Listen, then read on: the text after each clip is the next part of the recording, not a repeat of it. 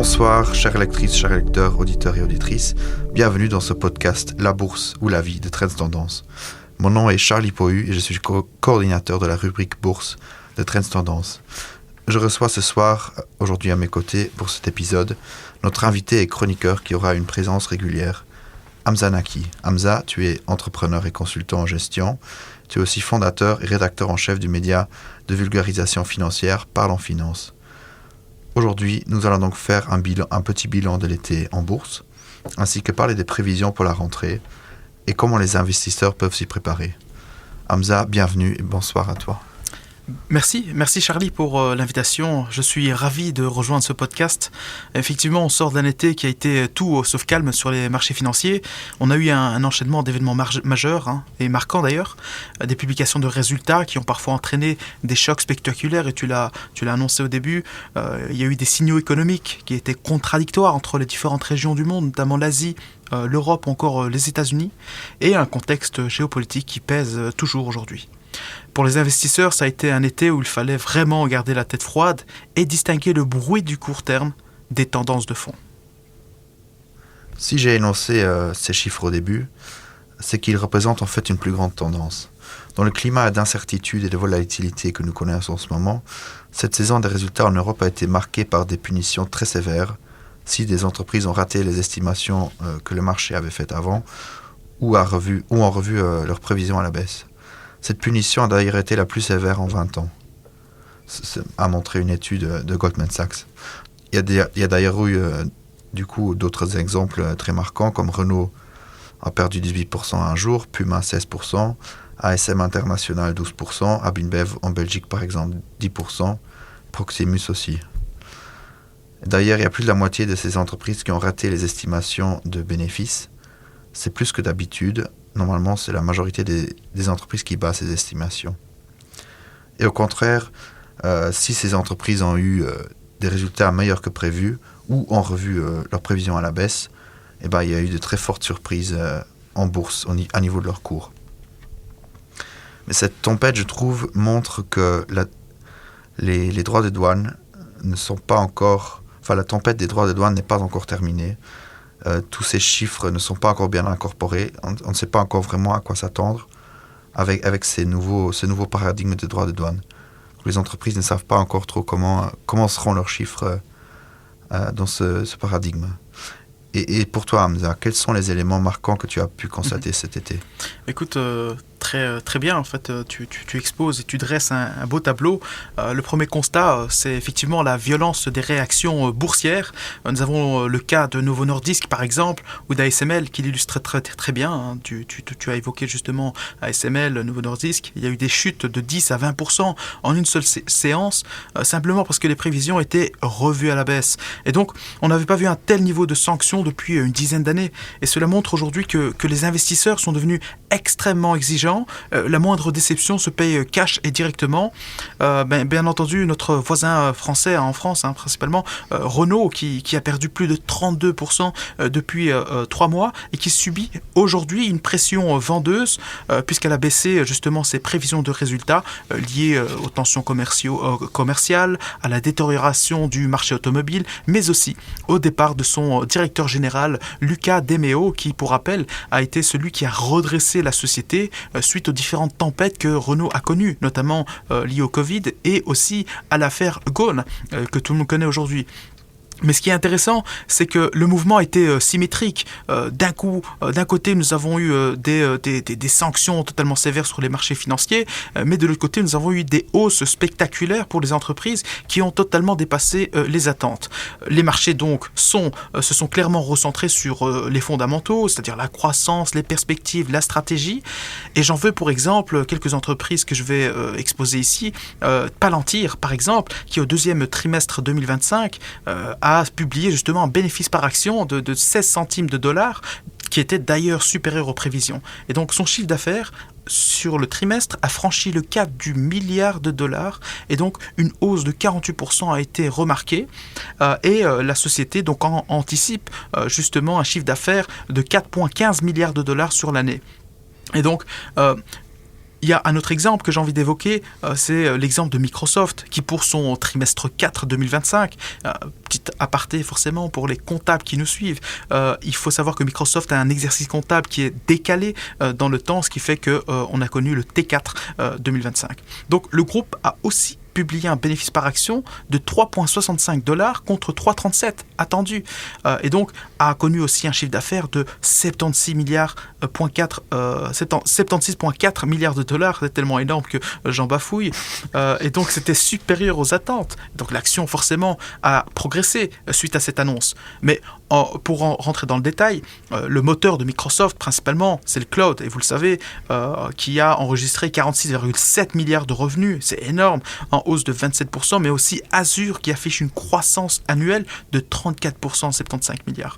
Et donc, Microsoft anticipe également une croissance à deux chiffres de son chiffre d'affaires pour les prochains mois, la prochaine année, et donc ce qui témoigne de sa solidité et de sa volonté de vouloir davantage assurer sa croissance de bénéfices.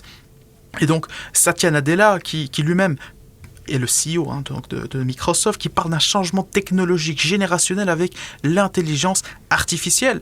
Et donc, on le sait tous, aujourd'hui on entend parler d'IA partout, mais je pense que nous en sommes encore au début.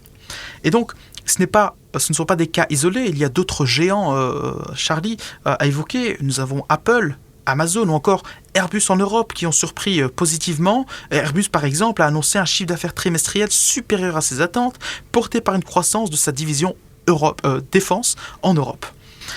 Et donc en résumé, l'été a rappelé une chose simple: les marchés sanctionnent durement les déceptions, mais ils récompensent encore plus et plus rapidement les entreprises capables de délivrer et d'envoyer un signal fort de confiance sur l'avenir. Ok, merci beaucoup pour ton compte rendu de l'été. Je trouve qu'un autre élément qui a pu me marquer, sinon, c'était les records qu'on voit à Wall Street. Il y a eu plusieurs dépassements des records du S&P 500 notamment. Alors que, donc ces niveaux sont à des records, mais au niveau de l'économie, il y a toujours beaucoup d'incertitudes à cause de ces droits de douane, comme on l'a vu juste avant. Il y a des signes de ralentissement de l'économie, notamment au marché du travail. Au début du mois d'août, on a vu le chiffre de juillet était très bas, ouais, et les chiffres de mai et juin étaient revus à la baisse de manière très considérable. Donc est-ce qu'il n'y a pas une sorte de paradoxe ? Je trouve aussi que cela se manifeste la semaine dernière notamment, ça s'est beaucoup vu. Une très grande crispation des marchés juste avant Jackson Hole, donc, qui est une conférence de politique monétaire où le président de la Fed s'est prononcé, Jerome Powell. Le marché attendait une baisse des taux et avait peur qu'en fait Jerome Powell annonce que les taux devraient rester élevés plus longtemps. Ouais. Au final, il a annoncé que la porte était grande ouverte. La porte était ouverte. On a vu des réactions sur le marché aussi. Oui, donc les réactions étaient très, très positives à la fin de cette semaine, assez crispée. Sur cette semaine, il y a aussi eu des doutes sur l'IA suite à un rapport du MIT qui montrait que l'absolue majorité des entreprises ne tiraient encore aucun bénéfice de l'IA. Et donc, ce qui remet un peu en question les investissements dans l'IA, parce que les bénéfices seront peut-être plus lents que ce qui est promis aujourd'hui. Donc, une semaine très crispée, mais des records à Wall Street. Donc, est-ce que là, il n'y a pas un paradoxe ? Effectivement, donc avant d'entrer dans le vif du sujet, effectivement, beaucoup d'entreprises investissent massivement dans l'IA parce qu'ils y croient. On n'en voit pas encore les bénéfices, mais je pense que ça va se démontrer sur le long terme. Mais pour revenir à la question liée au paradoxe, c'est effectivement un paradoxe, selon moi. Comment est-ce qu'on explique que Wall Street signe encore des records alors que les tensions commerciales persistent, que le marché du travail reste tendu comme tu l'as évoqué et que l'inflation n'est pas complètement sous contrôle ? Et donc, selon moi, la réponse tient en 2 points. D'abord, nous avons les grandes capitalisations américaines qui continuent de porter l'indice, S&P 500 et autres. Mais quand on regarde aussi le Dow Jones, il atteint des records. C'est tiré par quelques secteurs résilients. Nous avons la santé, la consommation de base ou encore l'industrie. Et donc, ça témoigne de cette solidité, cette résilience de l'indice. En revanche, le Nasdaq a reculé car tout le monde le sait, je pense, les valeurs technologiques sont totalement sensibles à la hausse des taux, puisque pour investir, il faut emprunter. Si le coût de l'argent est élevé, forcément, le secteur technologique en pâtit un peu. Et d'un autre côté, nous avons les investisseurs qui jouent l'anticipation d'un assouplissement monétaire, même si Jérôme Powell reste prudent. Donc les marchés parient sur une baisse des taux à partir de septembre. Comme tu l'as évoqué, il y a eu le symposium de Jackson Hole qui réunissait justement les banquiers centraux du monde. Mais voilà, Jérôme Powell a démontré qu'il y avait la possibilité qu'il y ait une baisse des taux. Donc les marchés ont réagi de manière très très positive. Donc oui, il y a un paradoxe, mais il s'explique. L'économie américaine reste extrêmement solide, résiliente, avec une consommation qui tient et des bénéfices solides. En témoignent justement les entreprises que j'ai évoquées précédemment, avec des bénéfices et des bénéfices par action qui ont dépassé les attentes. Et ça compense donc largement les incertitudes politiques et tarifaires. Ok, merci pour tes lumières sur cette question.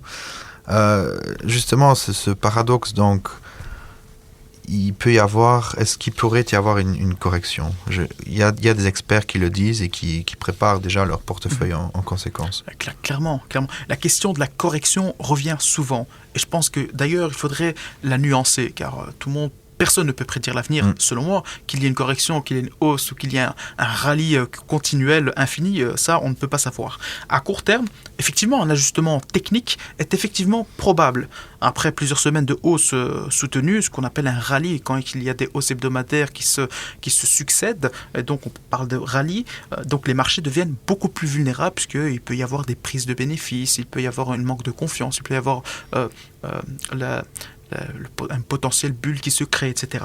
Et donc la moindre mauvaise nouvelle, peut suffire à provoquer un certain repli. Mais à moyen terme, en revanche, les conditions de marché restent favorables. Le marché du travail américain reste robuste. Il y a eu effectivement quelques chiffres qui laissaient penser le contraire. Les entreprises publient encore des bénéfices solides et surtout la récession que beaucoup craignaient en début d'année a largement disparu du radar. On en parle plus actuellement. Et donc l'économie américaine continue de surprendre par sa solidité, sa résilience. Et donc, il faut, selon moi, s'attendre à plus de volatilité, c'est-à-dire des variations rapides à la hausse. Et voilà. Et je ne parlerai pas d'un retournement structurel du marché dans son entièreté, mais ce qui est plus probable, ce sont des rotations sectorielles. Donc la tech, qui est très sensible au taux d'intérêt, pourrait souffrir si les taux ne baissent pas. Et voilà, tandis que des secteurs comme l'énergie, la finance ou la santé pourraient davantage résister et même tirer leur épingle du jeu. Ok, évidemment, personne n'a jamais de boule de cristal, comme tu le dis bien. Mais justement, donc, à quoi d'autre pourrait-on s'attendre ici pour la fin de l'année? J'ai notamment vu des experts qui soulignent que la défense européenne, après son rallye impressionnant cette année, pourrait maintenant aussi subir quelques corrections techniques. Ou encore que le S&P 500 finirait l'année à son niveau qu'il a aujourd'hui, plus ou moins. Donc, plus de croissance à ce niveau-là à Wall Street. L'IA aussi, avec, comme on a dit plus tôt, ce rapport du MIT, pourrait aussi, en tout cas, être un secteur à garder à l'œil et aussi son rallye boursier, donc toujours à suivre. Et des surprises sont toujours possibles à ce niveau-là. Ce sujet qui va évidemment nous passionner encore pendant longtemps. Et toi, Hamza, quels sont un peu les éléments auxquels tu peux t'attendre? Tu as parlé de l'IA et forcément aujourd'hui c'est un grand jour, on attend les résultats qui seront publiés justement par Nvidia et donc les investisseurs sont tous concentrés et dans l'attente de les observer, les analyser, les étudier pour voir si effectivement l'IA reste porteur. Mais il y a plusieurs points qui selon moi sont à surveiller d'ici la fin d'année. Premier point, forcément, et ça tu le sais, on l'a évoqué succinctement, la Fed ainsi que la BCE doivent arbitrer entre inflation encore présente et signes de ralentissement économique. Est-ce qu'il y aura une baisse des taux ou pas? Et donc ça va effectivement relancer le marché ou peut-être l'atténuer. À côté de ça, nous avons effectivement les différents secteurs à observer. Donc en Europe, les banques profitent des taux élevés, mais l'industrie reste pénalisée par la faiblesse de la demande et les tensions commerciales. Aux États-Unis, nous avons une tech, comme on l'a dit, qui est dopée par l'intelligence artificielle, qui reste volatile. Donc les investisseurs attendent que la vague d'optimisme se traduise par des résultats tangibles. Et donc, comme tu l'as évoqué, beaucoup d'entreprises brûlent du cash, forcément, mais pour l'instant, n'y voient pas encore beaucoup de bénéfices concrètement. Et donc en Asie, nous avons le Japon qui a surpris positivement avec une dynamique de croissance, tandis que la Chine reste fragilisée par sa crise immobilière symbolisée par la chute d'Evergrande. D'ailleurs, Evergrande qui est sorti justement de l'indice de Shanghai, je pense. Bon, si je me trompe, vous vérifiez. Ouais. En plus, ça a été liquidé. Donc oui, il n'était plus qu'une coquille vide. Clairement, parce qu'Evergrande était basé principalement sur de l'endettement. Sa stratégie d'expansion était basée là-dessus. Et le gouvernement chinois a décidé d'amoindrir l'endettement du secteur immobilier. Et donc Evergrande a été impacté fortement. Et à côté de ça, donc, il faut aussi observer la géopolitique. Si les tensions persistent au Moyen-Orient, l'or pourrait continuer à jouer son rôle de valeur refuge. Mais à l'inverse, si une paix se rapproche, par exemple en Ukraine, on peut s'attendre à ce que le secteur de la défense perde un peu de son attrait boursier, forcément, après un rallye spectaculaire ces derniers mois. Et donc, en clair, la fin de l'année sera faite d'opportunités, mais dans un contexte où il faudra rester sélectif, diversifié et surtout attentif aux annonces de banques centrales et à l'évolution des grands équilibres géopolitiques. Oui, tu fais bien de le dire, de rester sélectif et de faire attention à l'actualité géopolitique et économique. Parce que ce podcast traite aussi d'éducation financière. Donc en gardant en tête tout ce que nous avons dit, est-ce que la rentrée est un moment important et opportun pour les investisseurs ? Est-ce que c'est un peu comme le monde du travail ? C'est l'été, il y a un creux de l'été, on est moins attentif, on part en vacances, on ne regarde pas ses investissements, ni n'est pas occupé avec son travail non plus, etc. Donc après ce creux de l'été, qui peut d'ailleurs être une période de réflexion pour les investisseurs, ici maintenant c'est la fin août, début septembre, presque les enfants retournent à l'école, etc. On retourne au bureau, au travail. Est-ce que c'est justement le moment aujourd'hui de rouvrir un peu son application de trading ou son compte titre, de regarder les positions qu'on a, les valeurs qu'elles ont peut-être prises ou pas, et de les ajuster pour la fin de l'année? Effectivement, donc la rentrée a toujours été un moment clé. Après, avec un été aussi tumultueux, aussi changeant, je pense qu'on est vraiment dans un contexte un peu spécifique, puisque même cet été, beaucoup de gens sont restés rivés sur les marchés financiers et qui ont témoigné d'une volatilité extrême avec tout ce qu'on avait pu évoquer. Mais effectivement, la rentrée, c'est toujours un moment clé. Et donc, il faut que l'on puisse prendre le temps de réévaluer soit son portefeuille, voir si certaines positions sont encore cohérentes avec ses objectifs. Il faut aussi connaître aussi son profil de risque, hein, parce que là je m'adresse soit à des experts qui eux savent très bien, connaissent très bien leur profil de risque et leur portefeuille, mais aussi s'il y a des novices. Donc généralement ce que je conseille c'est du DCA, et donc peu importe les aléas de marché, de continuer à investir de façon assez régulière, et ça c'est la façon la plus simple d'entrer sur le marché avec une somme totalement entre guillemets marginale, mais qui est propre à chacun.